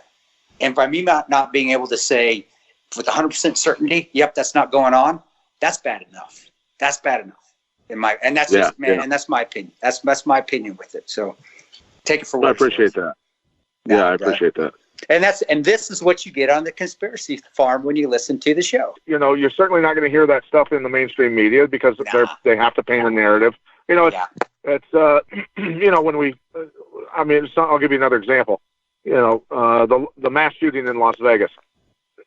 Let me know the last time that they released a crime scene photo of the murderer laying on his back with a close-up of a blood pool underneath his head the day after, a murder. When was the last time that you saw that? And that's the first time I remember that was a police photo released to the public. And I said, talk about trying to set a narrative. Holy shit. Yeah. Right. Yeah. So it's just, that type of stuff that common sense tells me, look, there's a line of shit here that is awful thick. Yeah, there's a lot of interesting questions about Vegas. You know what I wanted to ask you about, though, as well, is when we were setting this up, you said that a topic you wanted to get into and that you've been getting into on the conspiracy farm that, honestly, I know nothing about. I don't think Chris does either. Is this idea you were telling me about two constitutions? I am obviously a fan of the U.S. Constitution and think that's what we should be following. But what is this about? I mean, I Googled it. It's something I'm not aware of. Well, basically, after the United States was bankrupt, basically out of money after the Civil War, in I believe 1871. They asked the global central bankers, for a loan, and there were stipulations put with that. And what the global central bankers did, and the royal family's tied to this. If you really dig into it, you can find the names that you need to find. But those folks made stipulations and said, we're going to turn Washington, D.C., District of Columbia will not be part of the United States. It will be its own entity, and we will incorporate it, and we will control that. And so there's a whole set of rules. When you see a United States flag with a gold fringe around it, that's a flag that you'll see in federal courtrooms. Federal judges sit over a lot of different cases. The gentlemen that we had on our show are experts in that, and you can go back and listen to it. I think it was, episode 104. I'm trying to remember. But you can go to it and just look up the Conspiracy Farm, the two constitutions, and basically they go through and talk about doing low-risk activities for the highest yield. So to give you an idea, go and get yourself an ID, a common law identification card made. And this is not a state or federal identification card. It is basically you go out, put your picture on it, I think your name, your date of birth, and it doesn't even have a social security number or anything else on it. And you go to a notary. And if you go to a notary and the notary signs that document, then you send that document to the Secretary of your state. Once the Secretary of your state acknowledges that notary is legitimate, that then makes that identification legal and binding. And you can use it for driving vehicles. You can use it for going through TSA. You can use it for any identification that's needed. And that is the interesting thing. And these guys would talk about going to Verizon and get a cell phone. And the guy's like, okay, I need your social security number. And he goes, no, you don't. He goes, well, yeah, there's a space there for your social security number or whatever, or your driver's license number. And he goes, just put 4 zeros. And the kid's like, okay. And he punches in 4 zeros. And he goes, wow, it worked. He goes, yeah, no shit. So, this way these guys can do this stuff and show that, nobody's been able to get out from underneath the thumb of it. But if there were enough people, if millions upon millions of people were to say, for instance, file extensions on their taxes. Imagine 10 million people filed extensions on their taxes with the demands of abolishing the corporation of the District of Columbia immediately. And if they wouldn't listen, then you file another extension and another extension. Now, I'm not trying to get the Internal Revenue Service after me, but the Internal Revenue Service is just the collection agency for that corporation, of course. Was that something tied into the One World Order that we talked about with the people that did that? Well, I mean, that's part of it, but okay. I would say this to people is ultimately in 1871, we fell back under the British royal family rule, and people aren't even aware of it. So people can research it. Go ahead and debunk everything I said if you can, and go on and do some research and find out for yourself that, well, yeah, we're under the thumb of there's 2 constitutions, there's 2 sets of rules. Why? I mean, when you look at the illegal stuff that politicians are doing, my God, diplomatic immunity on arms shipments, on all kinds of all kinds of shit that they do. They're not going to jail because they're under a different set of rules, literally under a different set of rules, and that's just the way it is. Obviously, there's 2 sets of rules. I've been through the 2 sets of rules. We just talked about it right now. The people the politicians that violate national security. You got freaking former presidents using the CIA to spy on their rivals. You've got all sorts of rules that politicians are breaking, and they never go to prison for any of it. I agree with you on that. I'd have to look on the Constitution though, Pat. That's one thing though, man. I don't know. We'll see. I would do my due diligence, but that's what I love about Pat is that he's telling you, go do your due diligence, and if you can debunk it, it's fun to read. Cool. It's fun to read about. It's a little frightening, but it's fun to read about. It's fun to learn about. It's very confusing. I mean, just the difference between being a resident and a citizen alone, and how you use that wording can save you an awful lot of trouble in dealing with these people. It's crazy the level of detail you have to go to, and these guys have done that. And one of the gentlemen that we had on lives in Los Angeles. Now, he's still the only guy in the state of California that drives with his common law identification and a different set of plates than anyone else has in the state of California. And even so, even though he has those plates, has been towed numerous times and arrested, and every time in court has had his money given back, his vehicle given back, plus court fees, every single time that he's gotten in trouble from police officers not understanding when he tries to explain it to them. But he repeatedly wins in court and gets all of his money back plus court costs, like I said. So these guys know what they're doing. It's a very interesting show. Man, I need to be one of those guys. No, I don't. How do I join this club? Is it like a hair club for men where I can just go and sign up and I can join? Well, I can get on. All I know is the IRS made it very difficult for one of these guys.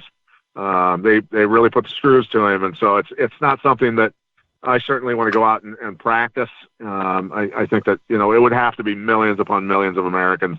And we know how hard it is to educate 10 Americans, let alone millions of them, on the truth of what's going on. So it's a long shot at best. Right? Yeah, I mean, this is, if you guys have ever seen America, Freedom to Fascism, they talk about the federal income tax and the unconstitutionality of it, if I'm saying that word right. But a lot of those people they interviewed in the film either were in jail or are now still in jail. These people who openly said, I am not going to pay my federal income tax because I feel it's unconstitutional, like Irwin Schiff. I get it. People want to stand on principle, but at the end of the day, don't be willing to go to jail just to make a point. I mean, I do get it, but it's scary stuff, man. If you believe that, I would just say that's a pretty big risk to take to put yourself in prison. Battleline Podcast is not telling everyone to not pay their taxes. just like in the first episode with Andre Arlovsky. Yeah, just like the episode with Andre Arlovsky where Chris was like, we're not saying to shoot people. We're not condoning violence against everybody out there either. I always have to put that disclaimer out there because, just like Pat said, you can't teach 10 people shit. So there you go. Dude, we'll get deplatformed like Alex Jones. I don't want it happening. Hey, speaking of that, well, we'll get to that later. Yeah. Speaking of that. Pat, Pat is very well read. Pat is research. So if you're going to go up against the talk, first of all, he can beat your ass. Second of all, he can outthink you. So you're not going to win. So just put it there. Just listen to what he has to say and just nod accordingly. And then if you don't agree with him, then fine. As you leave, don't agree with him. But that's what I always tell people with Pat. But I love you, dude. I'm kidding. I'm giving you a lot of shit. You're amazing. No, man. I'm down with it. And I'm honored you guys even had me on. This is great, and I have a blast just throwing things out there. I want people to think I'm so crazy that they'll just maybe go Google what I'm talking about and go, this guy is insane, and then start reading and go, holy shit. Holy shit. And I actually think we have the same philosophy with this podcast, and that, Chris has said it many times. Like, I think people are tired of the media telling them what to think. We'll throw things out there and, do your research. And you could say that we're wrong or we're right. And that's what we're doing, and not telling people that they have to think a certain way. So it's conspiracyfarm.com, at conspiracyfarm1 on Twitter, at Pat Miletich on Twitter, which is Miletich, at PJ Miletich on Instagram. Anything else before we get out of here? I mean, we've discussed a lot of stuff. The fight, man, to put up the fight. We got to put that out there. April 18th, we're going to be having some fun. Michael second to Nunn is his ring name, so we'll have a good time, and press conference will be coming up, and so thanks again, guys, man. I really appreciate it. It was great talking to both of you. Awesome. Thank you, Pat. It's good talking to you, buddy. Be safe. You need anything, you just holler at me, brother. You got my number. Thank you, sir. You guys have a great day. Great having Pat Miletich on. An absolute legend, class act. First ever UFC welterweight champion, as we confirmed. I am 0 for 2. You have won both arguments. I am wrong both times. It's okay, people. And for everybody out there, it is okay to admit you're wrong when you are, everyone. It's perfectly fine. Well, and no harm, no foul. Check out the Conspiracy Farm when you're done with this, of course. And as promised, I do want to get to some emails sent to battlelinepodcast at gmail.com. So this first one is like a tactical question here. Chris, wondering if you could talk about your experience training NBC with Chris Donor and incorporating it into Battleline Tactical. You've talked about the firearms training aspect, but not the unarmed combatives or edged weapons work. Hoping to see more people get involved in training if they knew where to find a bit more. And he says perhaps a quick bit about shootingclasses.com too, which when he asked this question, I checked to make sure this wasn't just like a plug for his business. I see that you've done stuff for shootingclasses.com. And he says hope all is well, Tim Lyons. NBC, Marshall Blade Concepts, Chris Donor, and Chris and I, we'll get Chris on the show one of these days too. Actually, Chris and I started, he was my instructor when I first started doing combatives, when I first started doing martial arts. Actually, he was one of the lead instructors and certified instructors for a gentleman by the name of Robert Bussey, who was the first white male Caucasian to be a black belt in ninjutsu. And you can search Robert Bussey. In his day, he was, I mean, we talk about UFC. This guy was the man. He is the man. I would still consider him the man. In fact, to me, training in the Robert Bussey RBWI or Robert Bussey World International system was I was very lucky, and Chris was my instructor. So, and this was back in the when I was just going from military contracting back in the early 90s. I mean, late 90s, early 2000s. So I've been training with Chris. He's been my instructor for that many years. And then Chris also got into edge weapons. We got into bow sticks. We got into everything. And then Chris became an instructor with Michael Janich over there at Martial Blade Concepts. And you can Google Michael Janich. He's a tremendous edge weapons instructor. He's been very well articulated. And he also has been published in several, combatives and hand-to-hand fighting magazines. Michael is an expert, I would consider, in edge weapons. I say never call anybody an expert. Well, Michael is, and I do believe Chris is as well. But anyway, Chris brings in the edge weapons experience, and I do believe that when you're training, you need to have what we call full spectrum training. You need to train in all facets, not just the guns, not just the knives, not just open hands. You also have to train in the situational awareness aspect of it, because the best fight to be in is one that you don't ever have to be in, the one that you can win by walking away. But if you have to get into it, you got to know how to handle yourself with all different forms of weapons that you have, which includes unarmed.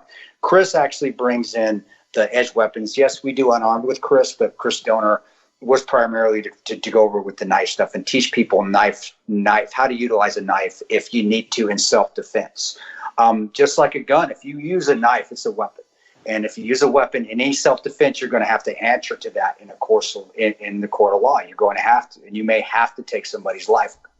Knife fighting is up close and personal. That's a whole different animal than with a gun. It really is, folks.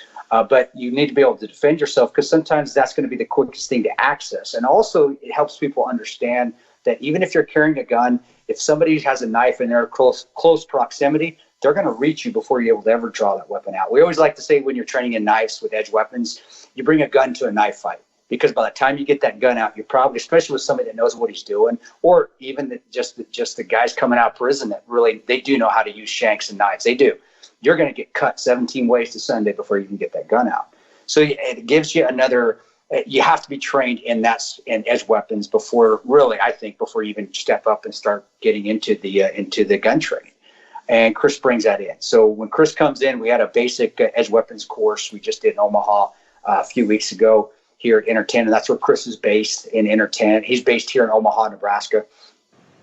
We just did the basics, and I think people were shocked at how easily it is to get cut, because Chris has a training tool. We call it Pork Man. He gets pork fillets pretty thick, and we put them around basically a broom handle, and you tie them up, and then we just get people's knives and you slice it. And we put jeans over it. We put clothes over it, and it shows how easily it is to get cut, even when you're wearing clothes, with just a standard knife that you carry in your pocket.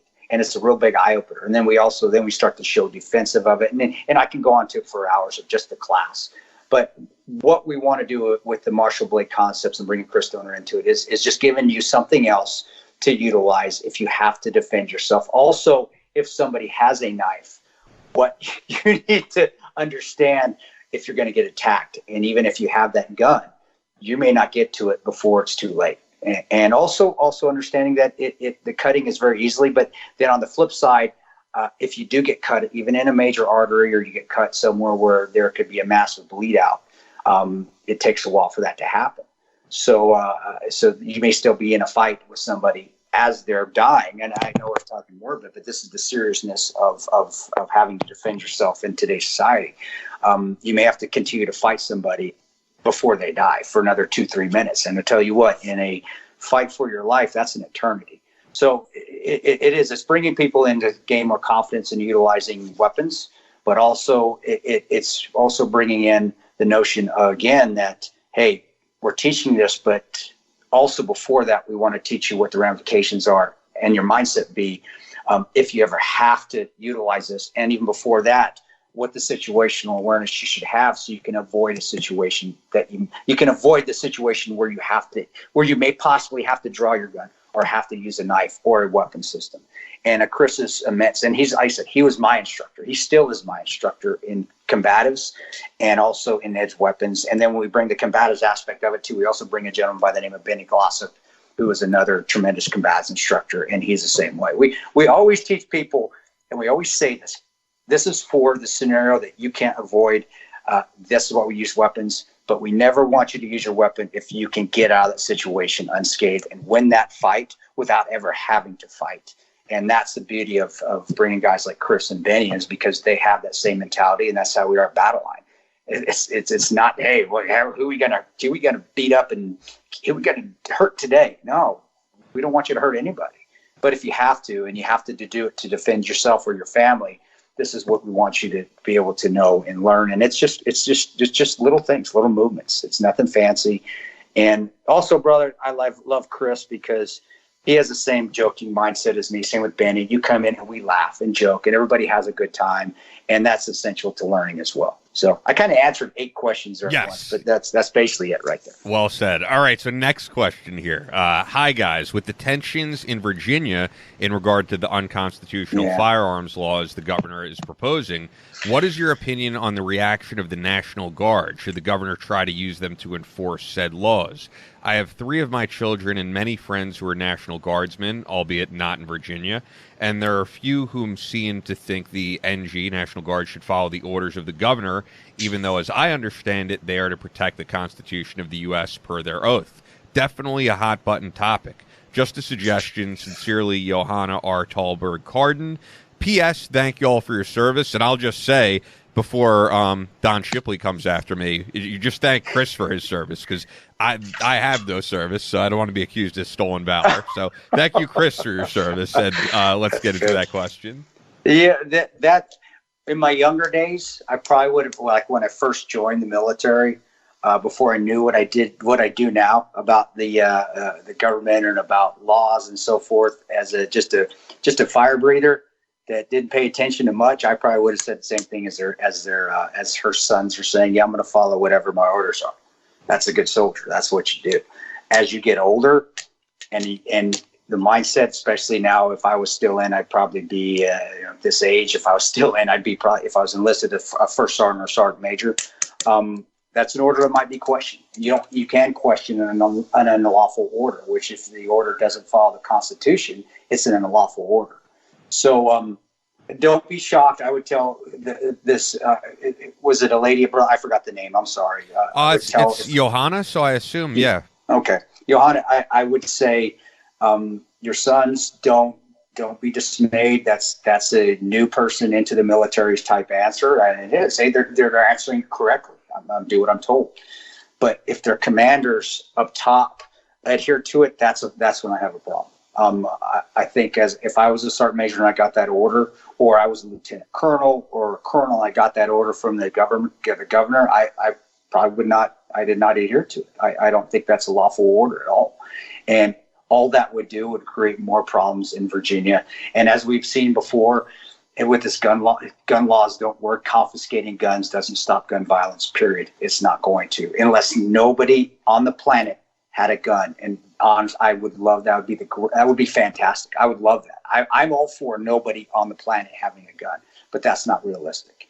And also, as we just talked about, which this was a good question, Ian, leading up to it, with the edge weapons, with the knives, a knife in close proximity is actually more lethal than a gun will ever be.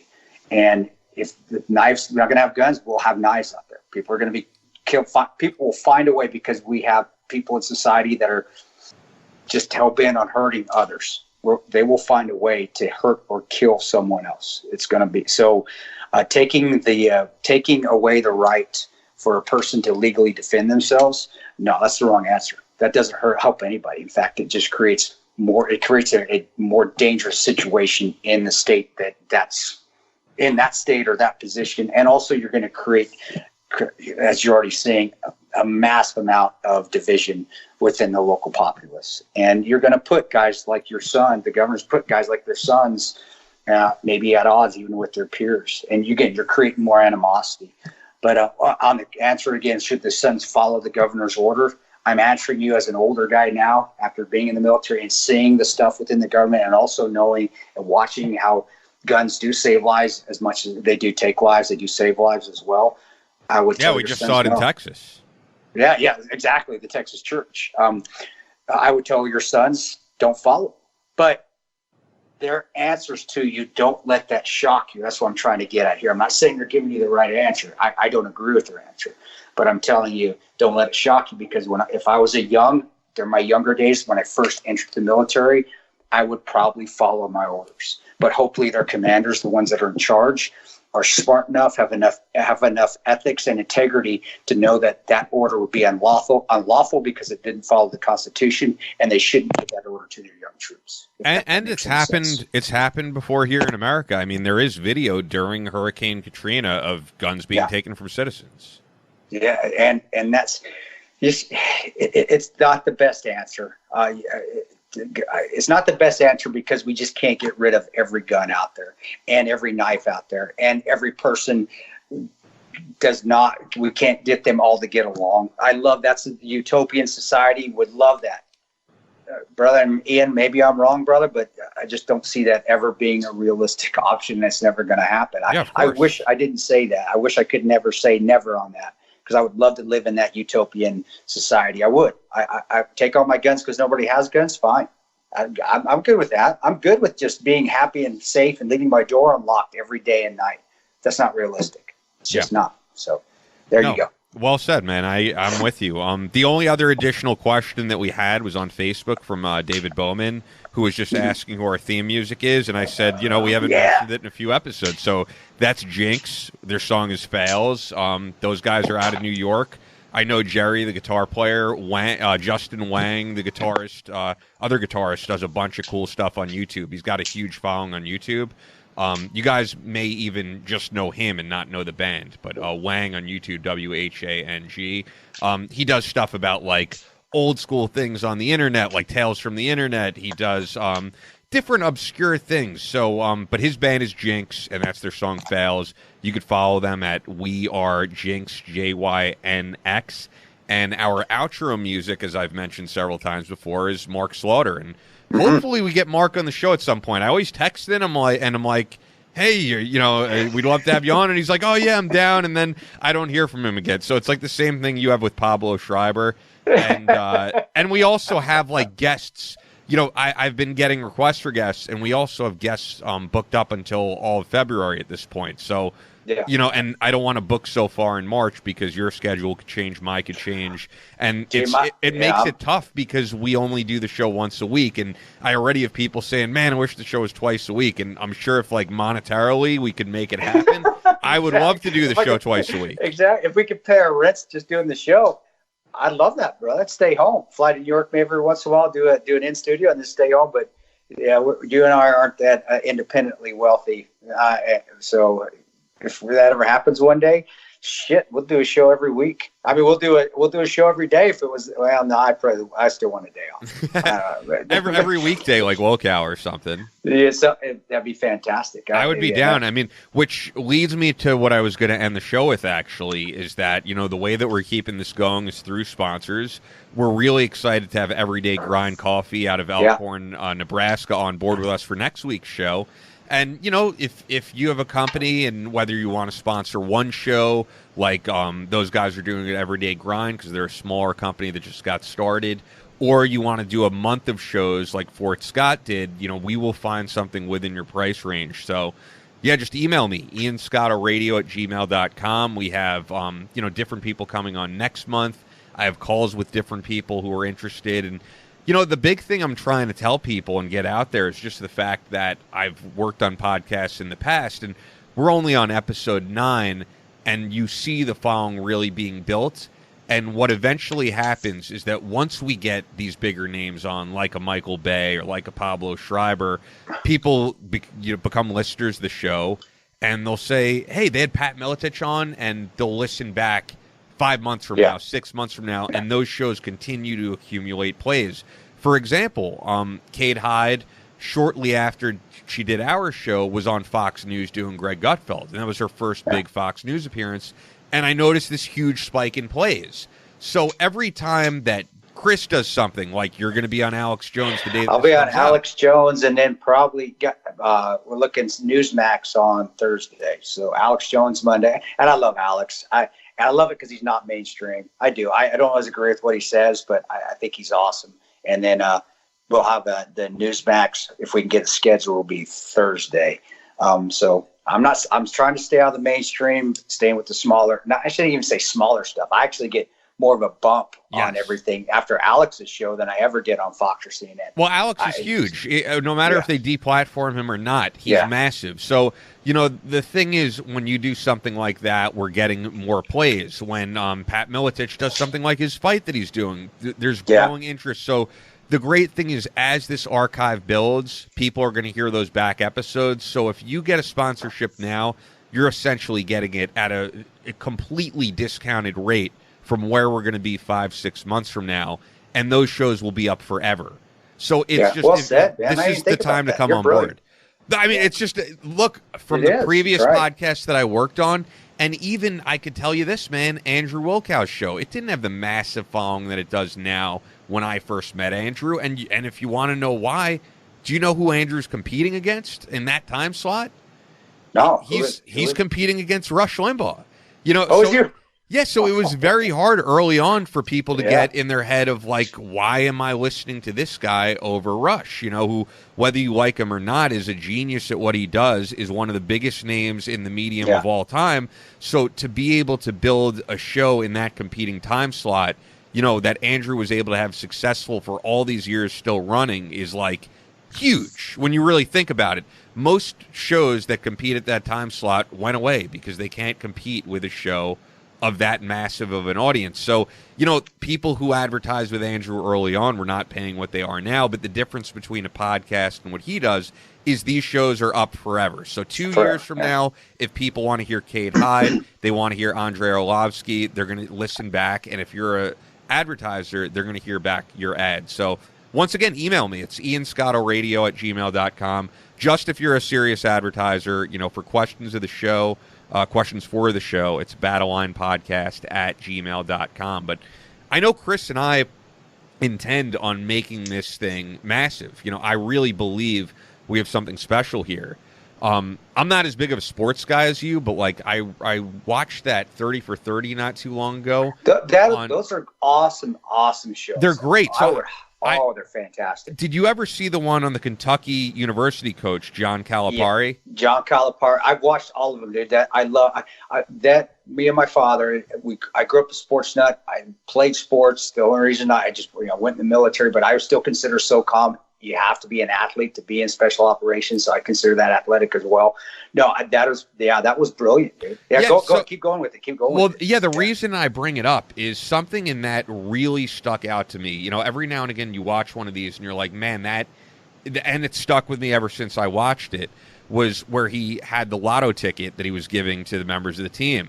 And he was saying, like, people just wait for years to possibly strike the lotto, and he's like, the chances are like getting struck by lightning twice. Like it's very rare. And he's like, what you guys have is so much more valuable than a lotto ticket. You have the opportunity to be on this team and to really make something of your life. He's like, you have your lotto ticket right here. You don't need to play the lotto. You got to, roll with this. And honestly, that's the way I'm looking at the podcast right now. Like, I think this is going to become a really big thing.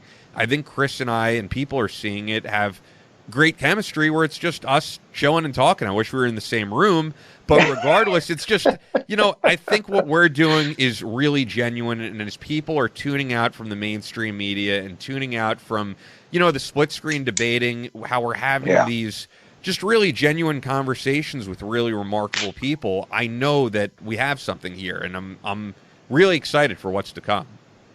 And on that note, with the John Calipari story in Kentucky and the lotto ticket, I love watching that stuff 30 on 30 because it shows adversity. Sometimes they're heart wrenching because some of the stories' endings aren't happy.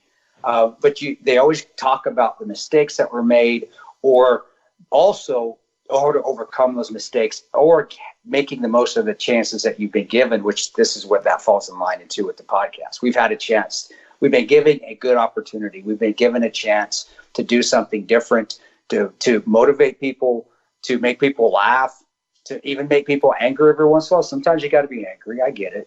You don't always want to be that way. But to create people, to help people start thinking again, being free thinkers again, and not being spoon-fed, this is what you have to think all the time, by having different guests on, or by you and I not even agreeing on things, or me not agreeing with the 99% of the people that actually follow me on certain social media. I may not agree with 99% of them, but it makes people think and do research. And at the end of the day, it's the opportunity that we've been given. And I hope that feeds off to other people as well. Make your own opportunity, make your own success if you can. Well, there's not if you can, make your own success, period. Yeah. And that's where the podcast, you and I are going to keep doing it. We're going to keep rolling it until we just can't do it anymore. As far as I'm concerned, and I know Ian sees the X's and O's more than I do in this aspect. With how we've done so far, to me, it's already been a success. And the reason being is because every time I'm on the podcast, I smile the whole time. That's awesome. And that to me has been successful to me. So I hope that's why I hope it continues, and I'm able to do this for a living, because I enjoy being able to smile every day. I do. I love this. This is awesome, brother. So I want to say thanks to Ian, man. I know I'm kissing your butt right now, but that's all right. Because I do. To me, this has been a success, and I hope people take that from the podcast. Just every day, find something that makes you smile, and you're going to have a successful day. No, well said, man. I feel exactly the same way, and that's why it was like a no-brainer when you brought this up. And also, it's interesting off of that last question that we had when you talked about people coming on and talking about all the times that they failed. That is why when I heard the song by Jinx, Fails, and I heard that hook, my fails are my inspiration, I was like, this is the perfect theme song for this podcast. And that's about everything. If you read any of the books that after 13 hours I've written, you'll be like, man, this dude screwed up a lot. He's always screwing up. But how to overcome those failures, that's how you become successful. Even businessmen, athletes, every one of them has always taken multiple times. They've taken one step back to go 2 steps forward, and that's life. And you just have to do it that way, and you will become successful. That's why I always, even in my text, a lot of times I'll say, just keep grinding, brother. That's what I mean. Just keep grinding. You may have a bad day. Keep grinding through. Keep taking that step forward, and you're going to improve. And that goes to all y'all out there as well. Just keep grinding, and you're going to improve. It's just when you quit, you become stagnant. That's when you're not going to see improvement. That's when that's when you're not even going to have the chance to go get that lottery ticket, because you're not willing to take that chance with the lottery ticket. Yeah. So just keep grinding. Keep grinding every day, folks, and listen to us. And I'm not always going to agree with you out there, but I love y'all anyway, and I don't always expect all you out there to agree with me. Just keep it clean. You get personal with me, though, and especially I'm going to get personal with you. Ian won't. I will. I just won't engage if it's insanely long is all. But no, I don't have time for it. Ain't nobody got time for that. But that's the New Yorker mindset, the Nebraska mindset. I got nothing but time sitting here. New Yorker, I got no time for that shit. Yeah, exactly. But no, those are my favorite shows to listen to. Actually, on the way here, I was listening back to an old Joe Rogan with Navy SEAL David Goggins, and his whole thing is he's like, he's out here doing this public speaking stuff, and he was saying, like, I was a kid with learning disabilities, with a stutter. I walked off stage during a school play because I was too shy to say my lines, and he's like, I go out here, and I'm all amped up for this public speaking. He's like, I'm still that 5-year-old inside who doesn't like doing this, and I have to force myself to be a little uncomfortable. And listening to this inspired me, and I was like, we got to get David Goggins on the podcast, bro. Yeah, I love listening to that stuff, and that's why I love conducting these interviews. We got to have him on. Him and I are completely different. I do the public speaking with Kepler Speakers Bureau. I'm so blessed to be with Kepler. They're one of the top speaking bureaus in the country, man, and to have them repping me and getting me out there to speak. But honestly, I get on stage, I'm just like, it's like me and you talking. When I go up on stage and I give a presentation, and every one of them's different because I never use PowerPoints. I don't rehearse it. I don't do anything. I just go on and, what do you want to hear about today? You want to hear about overcoming adversity? Okay. How am I going to do that? And I'll tie the story into Benghazi or Rangers or military. I'm so blessed to have experiences that I can pull things from. And that's where the failures come in. I'm going to talk to you about my failures. If you're ashamed to talk about your failures, it's hard to be a public speaker. If you're ashamed that people are going to judge you by what you've done in the past, or they're going to judge you by what you may have failed on, you're not going to be a good public speaker. I'm lucky I don't have that problem. I don't care what you think about it. And also no one wants to read that book or hear that story of someone just saying, look how great I am. I want to hear someone who fucked up a million times and got their shit together. that's how it. Well, you can hear me all day. You can come listen to the Battleline Podcast. You're about it all day with me out here, brother. But it's the truth. And I get up there, and I'm the exact opposite from Goggins. I love going out on stage. There were times a couple years ago where it was hard, because I do have to relive some of the experiences I went through, and it's hard to relive those experiences as much as I don't show that outwardly to people. You know, it's hard to relive experiences where you see your friends die. It's hard to relive experiences where you were away from your family for years at a time and you missed Christmases and Halloweens. It's hard to relate experiences where you've had to take a person's life. But if it helps somebody down the line, to me, that means I'm doing some good, and that motivates me to get up on stage. And again, I got no nerves. Nothing bothers me up on stage. I said, I got to tell people, if I could get shot at all the time, I can get up on stage. It's no big deal. And I hope it comes across well. I'm still speaking after 4 years now. And I'm still speaking to bigger corporations. So I think I'm doing a good job, but every time I walk off the stage too, I have no clue if people are receptive or not. I have any idea. I can't tell. So maybe that's a good thing, that I'm not buying into my own bullshit half the time. I'm not believing my own hype, because I walk off and I'll ask the organizer, like, is that okay? Every time, because I have no idea. Is that okay? Yeah, I think it's just important that you know, in everything you give it your all, and if you do, you know, you're going to put out good stuff. People could smell authenticity, I think. Yeah, they can, and sometimes some person's bullshit is authenticity, because they're just authentically bullshit. And that's so when I say something like, I can just see people right now on the podcast listening, shaking, just nodding their heads, going, "Yep. That's Tano, just a big pile of bullshit, that Tano." But I love him, but he's just bullshit. Well, he's just nodding right now. This is a fun way to end it. It's been a great show, I think, and I really enjoyed having Pat Miletich on. What a great guy. We have awesome stuff lined up for the rest of this month, and hope you all had a great New Year. Yeah, guys, Happy New Year. And again, with the Baghdad Benghazi thing, I love you. I don't agree with you. No, don't take it personally with stuff, unless you hit me personally with something. But I love you all, and hey, no problem, no harm, no foul. You know, we want to hear your opinions. I do. Just don't drag Benghazi back into the political fray again. It doesn't need to be there. It really doesn't. I think we're just honoring the ones that died by doing that. And I got caught up into it early in 2016. I'm not going to let that happen again. If Tigger Oz do, that's their deal. If Boone does, that's his deal. If Jack does, that's his deal. I won't. And so just keep it clean now. Keep it clean with that. And I'd appreciate that if we kept the Benghazi out of this Baghdad embassy attack for it. I would really appreciate that, guys. But if you do, you do. If you don't, you don't. Love you anyway. Awesome, man. All right, we'll be back on Monday. All right. Thanks, guys. God bless y'all.